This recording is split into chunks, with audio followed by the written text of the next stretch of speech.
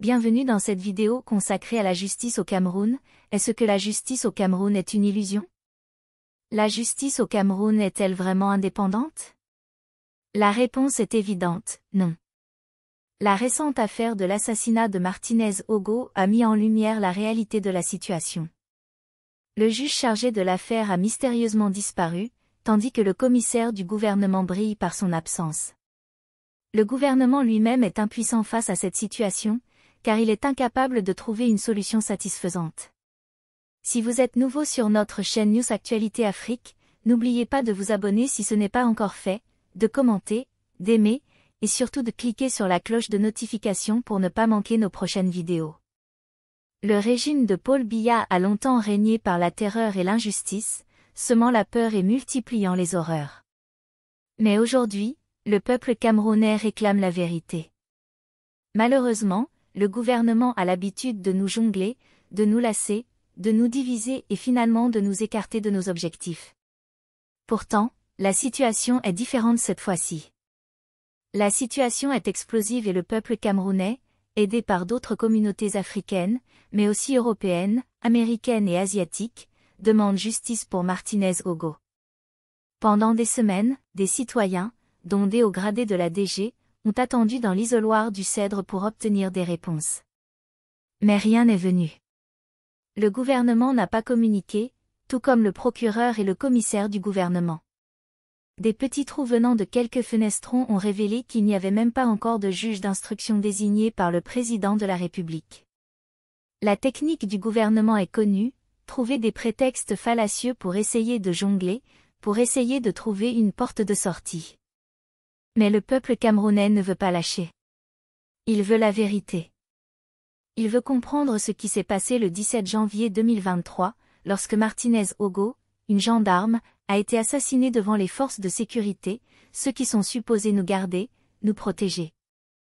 Le monde entier commence à dire que le Cameroun n'a pas de justice, que le Cameroun est une dynastie. Et c'est à ce moment-là que le gouvernement se dresse sans les ergots et commence à jeter de la saleté sur la communauté internationale. Mais la vérité est évidente, la justice n'est pas indépendante au Cameroun. Tout repose sur un seul homme omnipotent, le président polyvalent, qui est en même temps procureur de la République, président du tribunal et celui qui doit décider ce qui devrait se passer pour la suite du procès. La situation est inacceptable et la seule solution est de demander que la justice soit réellement indépendante. Le peuple camerounais mérite mieux que cela. Martinez Ogo a été assassiné devant les forces de sécurité, ceux qui sont supposés nous garder et nous protéger. Et maintenant, ce sont eux qui se retrouvent indexés comme de véritables criminels. Pourtant, lorsque le monde entier commence à dire que le Cameroun n'a pas de justice, que c'est une dynastie, c'est en ce moment-là que le gouvernement se dresse sans les ergots et commence sur son fumier à vouloir jeter de la saleté sur la communauté internationale. La justice est indépendante, clame-t-il. Mais où en sommes-nous donc aujourd'hui, alors que nous nous rendons compte qu'il n'y a pratiquement rien? Tout repose sur un seul homme omnipotent, le président polyvalent qui est en même temps procureur de la République, président du tribunal et celui qui doit décider ce qui devrait se passer pour la suite du procès. Et comme d'habitude, nous en sommes là, alors que c'est le même jour que le juge chargé de l'affaire Martinez a été porté disparu. Où est donc la justice dans tout cela? Où est la vérité? Le peuple camerounais, aidé par d'autres communautés africaines et même en Europe, en Amérique et en Asie, demande des réponses. Nous ne voulons plus nous disperser, nous diviser et nous écarter de nos objectifs. Le gouvernement doit agir, la justice doit être rendue. Il est temps de mettre fin à cette terreur, à cette injustice, à cette panique qui règne au sein du serrage. Nous ne pouvons pas continuer à vivre dans la peur et à subir des horreurs. Nous méritons mieux que cela. En conclusion, il est temps pour le régime Paul Biya de prendre ses responsabilités et d'agir pour que justice soit rendue dans cette affaire. Le peuple camerounais ne peut plus tolérer cette impunité et cette absence de transparence. La vérité doit éclater au grand jour, et ceux qui ont commis des actes criminels doivent être punis. La justice doit être rendue, et cela doit être fait de manière indépendante, impartiale et équitable. C'est le seul moyen pour le Cameroun de sortir de cette crise et d'avancer vers un avenir meilleur. L'indépendance, Vraiment? Au Nigeria, déjà 15 présidents depuis l'indépendance, alors qu'au Cameroun, seulement 2. Mais le plus scandaleux, ce sont ces partisans et militants qui osent se prononcer pour un quelconque équilibre entre les deux nations. Soyons clairs, le Nigeria est la première puissance économique avec un PIB de 55 milliards de dollars, tandis que le Cameroun, combien déjà? Et pourtant, au Nigeria, à peine quelques jours après l'élection, on a déjà les résultats.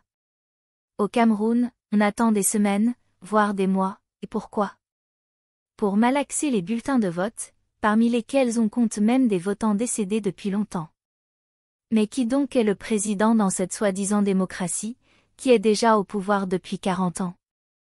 40 ans, civilement, ça ne vous choque pas? Pendant ce temps, les guerres et les révoltes s'enchaînent, le niveau de vie est en chute libre, mais tout le monde s'en fiche, apparemment. Et quand il s'agit de trouver un juge d'instruction, que fait-on? On lance un appel d'offres international, parce que, dans ce pays, on n'a pas même d'inscription au tribunal militaire. On en vient même à se demander si on ne devrait pas recruter des juges chez les voisins, au Gabon ou en Guinée équatoriale. Le président du Cameroun, Paul Biya, est là depuis des décennies, sans jamais avoir pris les armes, mais on continue de l'appeler « l'homme fort », alors que le Nigeria a connu des généraux comme Abacha, qui a tué des innocents et des prêtres. Et que dire des crimes commis au Cameroun? On a pourtant tout essayé, les caméras, les satellites, les Israéliens, les services de sécurité, mais on ne trouve jamais les coupables, on ne présente jamais les commanditaires. Les ministres de la Justice, eux-mêmes criminels, protègent leurs collègues de la même manière que le président de la République protège ses amis assassinés. On nous prend vraiment pour des idiots. Mais nous, peuple camerounais, nous avons le pouvoir, c'est à nous de décider. Il faut que l'argent ne soit plus roi, que la justice soit enfin faite, que les assassins soient jugés. Les Africains, le monde entier, nous soutiennent. Nous devons résister, ne pas perdre espoir, car la Révolution française et toutes les autres révolutions ont montré que la persévérance et la résistance finissent toujours par payer. Et ne croyez pas que la diaspora peut tout faire à votre place, car Dieu a dit, « Aide-toi, et le ciel t'aidera ». Nous sommes en période de sacrifice, comme Jésus-Christ lui-même a préféré se faire crucifier pour nous délivrer. Ne laissons pas ces criminels nous épuiser. Soyons unis, déterminés, et nous obtiendrons enfin justice et liberté. Cette situation est insoutenable et inacceptable. Comment peut-on permettre à une personne de rester au pouvoir pendant 40 ans sans se soucier des conséquences désastreuses pour son peuple?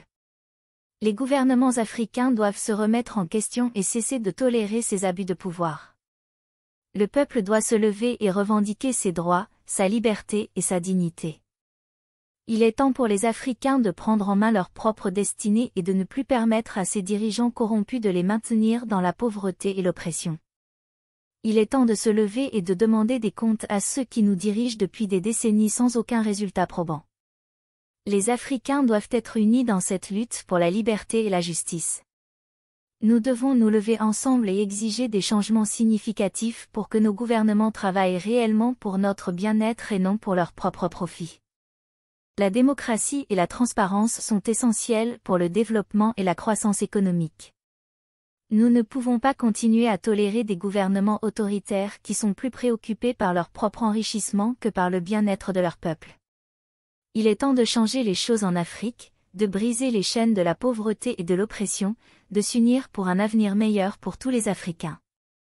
Nous ne pouvons pas attendre que les choses changent d'elles-mêmes, nous devons agir maintenant pour bâtir un avenir plus juste et plus prospère pour nous-mêmes et pour les générations futures. En conclusion, la chaîne YouTube News Actualité Afrique s'est donnée pour modeste objectif d'être et de devenir une source d'informations précieuses et fiables pour ceux qui cherchent à comprendre les événements et les développements de l'actualité en Afrique. Nous arrivons à la fin de cette vidéo, nous vous remercions pour votre temps et encore une fois, si vous êtes nouveau sur notre chaîne News Actualité Afrique, n'oubliez pas de vous abonner si ce n'est pas encore fait, de commenter, d'aimer, et surtout de cliquer sur la cloche de notification pour ne pas manquer nos prochaines vidéos.